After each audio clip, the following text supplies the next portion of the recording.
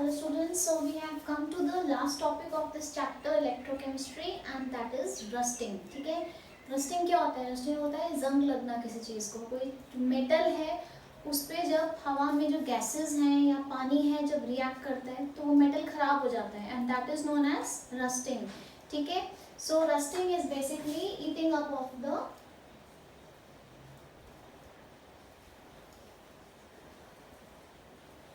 Metal. ठीक है, अगर हम इसका सिनोनिम देखें तो इसका मतलब है कोरोजन. ठीक है, और आयरन की जब कोरोजन होती है उसको हम क्या कहते हैं? रस्टिंग. ठीक है, कॉपर में जब कोरोजन होती है तो उस पर ग्रीनिश सा डिपॉजिट हो जाता है. उसी तरह आयरन में जब कोरोजन होती है तो उसमें एक ऑरेंज सा रेडिश ब्राउन सा जंग लग जाता है. ठीक है, जिससे मेटल जो है वो खराब हो जाता है एंड एट टाइम्स टूट भी जाता है. सो तो लोहा है वो भी टूट जाता है रस्ट से. ठीक है, so you can see a lot of equations here. इसके अलावा हम और भी बहुत कुछ करेंगे रस्टिंग में. जो रस्टिंग है उसको भी हम एक इलेक्ट्रोकेमिकल रिएक्शन समझ सकते हैं. ठीक है, जिसमें आपका जो प्योर आयरन है वो है एनोड और जो इम्प्योर पार्ट है, इम्प्योरिटीज आयरन में कैसे आती हैं? Either there is an impurity in the metal या वो जगह जो अनइवन है. ठीक है, वो एक इम्प्योरिटी का काम करती है. So the impurities act as cathode. ठीक है, तो जब हवा में मॉइस्चर ज़्यादा होता है और ऐसी इम्प्योर सरफेस एक्सपोज्ड है पानी से, मॉइस्चर से, तो क्या होता है वहाँ एक एसिडिक घोल बन जाता है जिसको हम इलेक्ट्रोलाइट कहते हैं. So now you have an anode, you have a cathode and you have a electrolyte. So what is going to happen is a electrochemical reaction. Anode पे क्या रिएक्शन होता है? एनोड पे होती है ऑक्सीडेशन. ठीक है, तो जो प्योर आयरन है it is getting oxidised. Oxidised कैसे होगा? Fe2 positive plus 2 electrons. ठीक है, अब क्या होएगा? ये जो इलेक्ट्रॉन्स हैं ये वहीं पे रह जाएंगे और Fe2 पॉजिटिव जो है वो आगे साइड सरफेस पे मूव कर जाएगा. ठीक है, अब कैथोड पे क्या होएगा? कैथोड पे आपको क्या चाहिए? बेसिकली रिएक्शन के लिए कैथोड पे क्या होना चाहिए? रिडक्शन होनी चाहिए. ठीक है, so you need a good supply of H positive ions to prepare water molecules.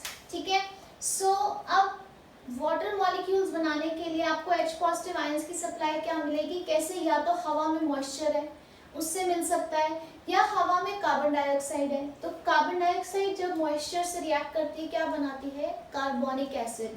And further carbonic acid is a weak acid, it will give you a rich supply of H positive ions. So any which ways अगर आपको boards में 2 marks का question आ जाता है electrochemical theory of rusting के लिए तो आपको ये क्वेश्चंस लिखने की ज़रूरत नहीं है. ये मैं आपको सिर्फ समझाने की कोशिश कर रही हूँ कि H पॉजिटिव आयंस की सप्लाई डायरेक्टली मॉइस्चर से भी आ सकती है और अगर CO2 होएगी हवा में ज़्यादा तो इट विल एक्सेलरेट और it will increase the supply of H positive ions. ये H positive ions atmospheric oxygen के साथ प्लस जो इलेक्ट्रॉन्स आए हैं आपके पास उनसे कंबाइन करके क्या बना देगी? Water molecules. अब सिंस इस साइड 4 इलेक्ट्रॉन्स हैं तो बैलेंस करने के लिए हमने इस इक्वेशन को भी 2 से मल्टीप्लाई कर दिया.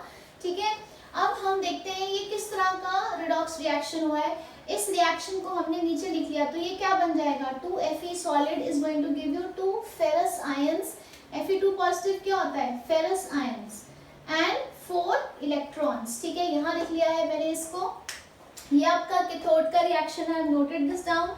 इन दोनों को ऐड कर लेंगे तो this is our overall reaction.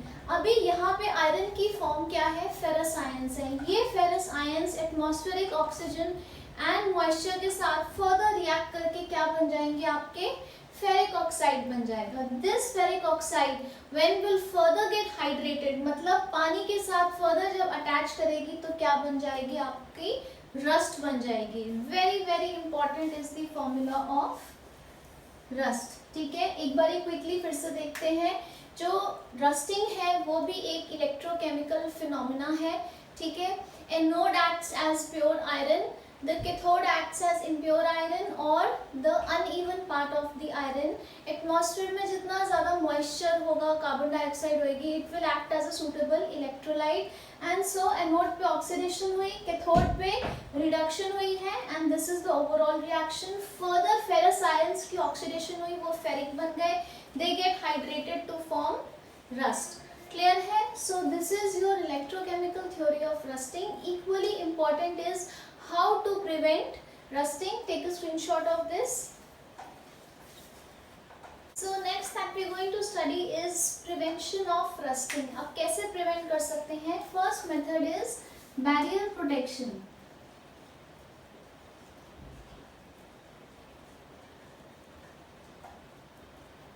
ठीक है, बैरियर प्रोटेक्शन, बैरियर मतलब रुकावट, कि अगर हम अपने आयरन ऑब्जेक्ट के ऊपर उसकी सरफेस पे कुछ लगा दें ताकि हवा में जो मॉइस्चर है या कार्बन डाइऑक्साइड है उससे डायरेक्ट कांटेक्ट में ना आ सके, that is known as barrier protection. And the first method here is painting. ठीक है, जब लोहे की चीजों पे पेंट लग जाता है तो उसकी लाइफ बढ़ जाती है.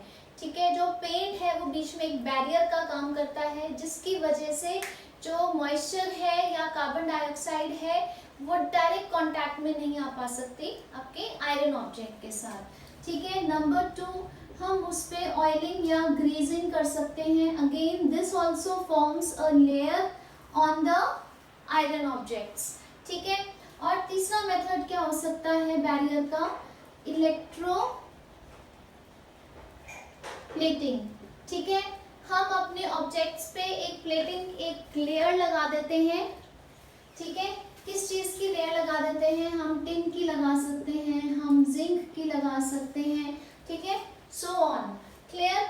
उसके बाद आ जाते हैं आपका गैल्वेनाइजिंग या गैल्वेनाइजेशन. ठीक है, गैल्वेनाइजेशन में हम क्या करते हैं? हम आयरन को लेते हैं और उसको मोल्टन जिंक में डिप कर देते हैं. दैट मीन्स उसके ऊपर एक पूरी जिंक की लेयर जम जाती है. This process is galvanisation. ठीक है, उसके बाद आ जाता है आपका कैथोडिक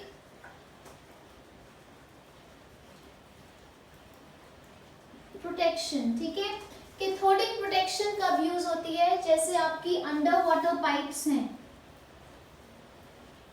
ठीक है, या अंडर वाटर टनल है जो बहुत हैवी है और लोहे की बनी हुई है. ठीक है, तो ये जो अंडर वाटर पाइप्स हैं, ठीक है, इनको हम किससे कनेक्ट कर देते हैं? इनको हम बना देते हैं कैथोड. ठीक है, और एक इससे ज्यादा आयरन से ज्यादा रिएक्टिव मेटल की एक पतली सी रॉड लेते हैं और उसको बना देते हैं एनोड. जैसे यूजुअली हम क्या यूज करते हैं? मैग्नीशियम. अब इजीली अवेलेबल है एंड लेस कॉस्टली है. ठीक है, सो व्हाट हैपेंस? अगेन एक इलेक्ट्रोकेमिकल सेल बन जाता है. ठीक है, सो एनोड जो है, एनोड पे मैग्नीशियम, उसकी ऑक्सीडेशन होती रहती है और आयरन की ऑक्सीडेशन या रस्टिंग होने से बच जाता है. Because this metal which is at the anode, इसका ऑक्सीडेशन पोटेंशियल हाई है या it has a low electrode potential. तो अगर आप कंपेयर करो तो मैग्नीशियम जो है वो ऑक्सीडाइज हो जाएगा, आयरन नहीं होगा, या मैग्नीशियम रिएक्टिविटी सीरीज में आयरन से ऊपर आता है. ठीक है, उसके बाद the fourth point is anti rust solutions, कि हम अब लोहे के ऑब्जेक्ट्स पे एंटी रस्ट सॉल्यूशंस लगा देते हैं. They are mostly alkaline phosphates, they are mostly anti rust solutions. ठीक है, तो ये anti rust solutions again they act like a barrier. ठीक है, और they do not let the atmospheric oxygen directly contact the iron object. ठीक है, so they can be alkaline phosphates or they can be alkaline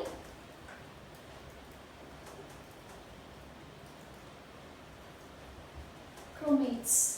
ठीक है, अब एक बहुत important क्वेश्चन है जो आपके बोर्ड्स में या आपके कॉम्पिटिशन्स में आ सकता है. So I'm just giving you that question. ठीक है. Now question is that there is a metal A जिसका इलेक्ट्रोड पोटेंशियल है -1 let's say 10 volts, and then there is a metal B जिसका इलेक्ट्रोड पोटेंशियल है let's say 0.76 volts. ठीक है, right. और आपको दिया हुआ है आपका जो आयरन है, आयरन का इलेक्ट्रोड पोटेंशियल इज -0.44 volts. अगर आपने आयरन के ऊपर इलेक्ट्रोप्लेटिंग करनी है तो इनमें से कौन सा मेटल प्रेफर करोगे? ठीक है, right. And then I will practically tell you there is an example like this. ठीक है, so the answer should be B.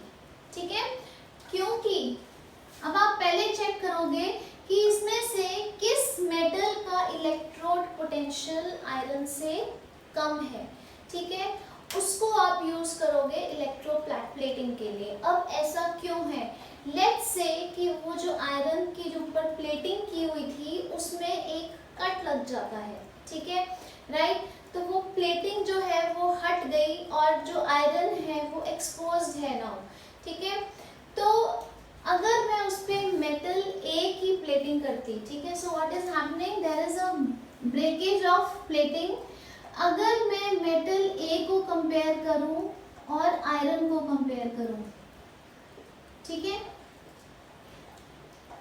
किसका इलेक्ट्रोड पोटेंशियल कम है?